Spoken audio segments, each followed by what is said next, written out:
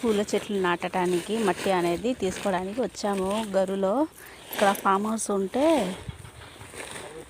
ఈ అన్నయ్య వాళ్ళని అడిగితే తీసుకోమన్నారు. జామ చెట్లు మొత్తం ఇంత చక్కగా నాటారు. సపోటా జామ చెట్టు. ఇప్పుడు సీజన్లో కూడా మామిడికాయలు ఉన్నాయి. చిన్న చెట్టుకి ఒక మామిడికాయ చూసారు, 2 ఉన్నాయి మామిడికాయలు. ఇదిగోండి, ఇదొకటి అక్కడ ఒకటి ఉంది. అక్కడ కింద రాలి ఉంది చూసారా మామిడికాయ.